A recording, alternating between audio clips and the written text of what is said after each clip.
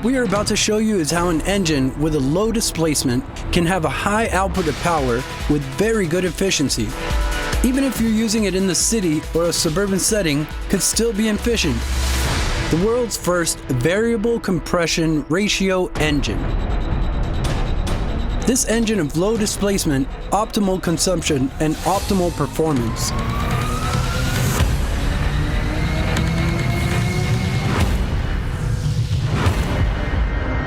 In this race that has been established for performance and efficiency, with gas prices climbing every day, Infinity's VC turbo engine uses an advanced multi-link system to raise or lower the height of the piston stroke. There is a phenomenon you might have heard of where the fuel detonates, not to be confused with combustion. Detonation is when the fuel ignites randomly, and there are forces that appear not from controlled combustion, which in gasoline engines must be avoided at all costs. What brings about detonation is temperature on one hand and pressure on the other. And when those two combine over their threshold, boom, the fuel ignites and everything goes haywire.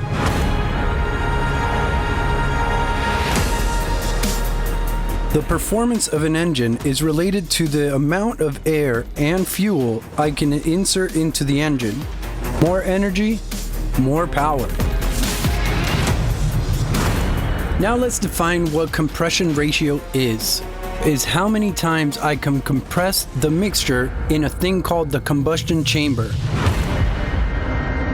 The piston has a determined stroke, and when it reaches the top, there is a remnant volume. Well, how many times does that volume fit in the stroke of the piston? That is the compression ratio. 10 to 1, 8 to 1, 12 to 1. The smaller that combustion chamber is, the larger the compression ratio goes. If I introduce into the engine a very large mixture, this creates compression pressure. And although it's always there, we often mistake compression pressure with compression relation. They are two different things.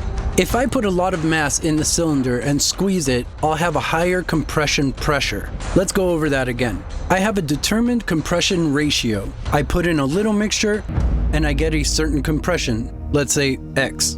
I put a lot more mixture, I get a higher compression pressure. I can achieve low and high pressures with the same ratio. And if the pressure gets too high, it detonates. So the engineers over at Infinity said, let's make it so that when they press on the accelerator and introduce a lot of mixture, they get a lower compression ratio to avoid detonation and provide a boost of energy. And when I let off the gas and have low mixture in the cylinder, let's up the compression as much as we can, which causes combustion chamber to contract, bringing greater efficiency. I mean, this is fantastic. That means that by changing the position of the control shaft, the compression ratio can be converted without changing the piston stroke, keeping the compression pressure high whether I'm going full throttle or slowly, and I have the motor running with an excellent efficiency.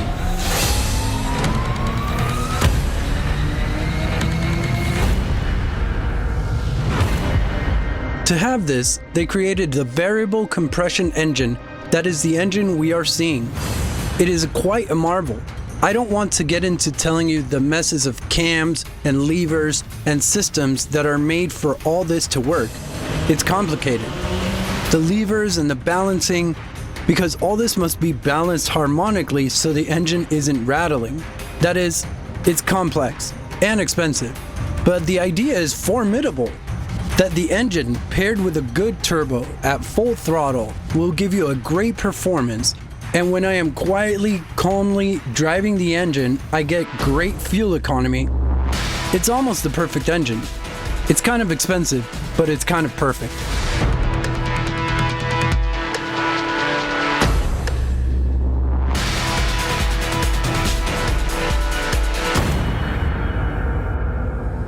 Subscribe to our channel, AutoTechTV. Technology, clear and simple.